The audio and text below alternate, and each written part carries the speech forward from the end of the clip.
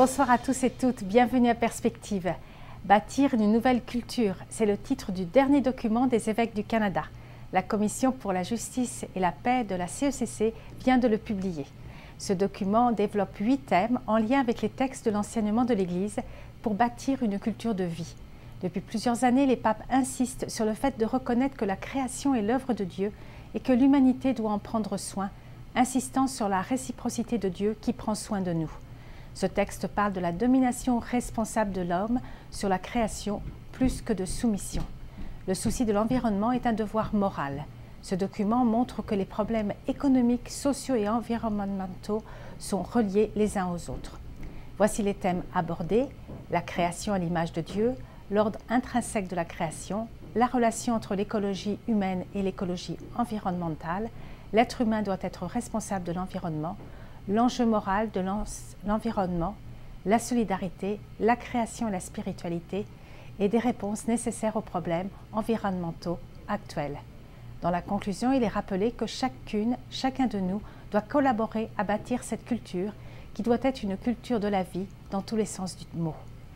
Le document complet est disponible sur le site de la CECC et auprès des éditions de la CECC, voir le site éditioncecc.ca.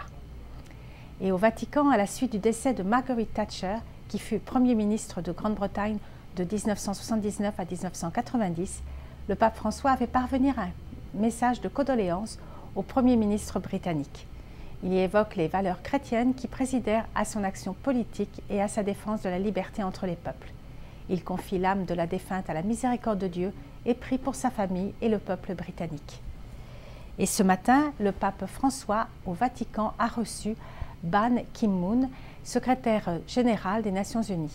Dans son communiqué, le Saint-Siège a déclaré que les entretiens ont porté sur les situations de conflit et de crise humanitaire, principalement en Syrie, dans la péninsule coréenne et sur le continent africain, où la paix et la stabilité sont menacées. Les échanges ont porté aussi sur la question de la traite des personnes et de la situation des réfugiés et des migrants. Le secrétaire général de l'ONU a parlé de son programme pour les 5 années à venir. Il porte sur la prévention des conflits, la solidarité internationale et le développement économique équitable et durable. Le pape a rappelé la contribution de l'Église catholique en faveur de la dignité humaine et pour la promotion d'une culture de la rencontre. Ban Ki-moon a invité le pape à venir aux Nations Unies. Et puis la revue La vie est belle est arrivée. Le thème du dossier est la beauté. Un article sur un artiste québécois, peintre, Marius Dubois, qui voit sa vocation à la splendeur comme un sacerdoce. Il dit son cheminement et comment Dieu est présent dans l'art.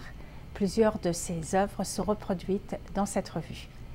Et un autre article sur les œuvres du Vatican et le rôle essentiel joué par l'Église dans l'histoire de l'art. Les papes ont toujours reconnu que dès les débuts de l'Église et pendant des siècles, et aujourd'hui encore, l'art authentique peut rapprocher de la foi. Et dans la rubrique Cinescope, une invitation à voir ou à revoir le film Les Intouchables, belle histoire d'amitié entre 2 personnes que tout sépare. Cette histoire vraie a conduit à la fondation de l'association Simon de Cyrène, qui a créé des lieux de vie pour personnes handicapées. La beauté est présente là où on ne s'y attend pas, toujours. Restez avec nous pour notre nouvelle émission Écho du Vatican, animée par Charles Le Bourgeois. À la prochaine.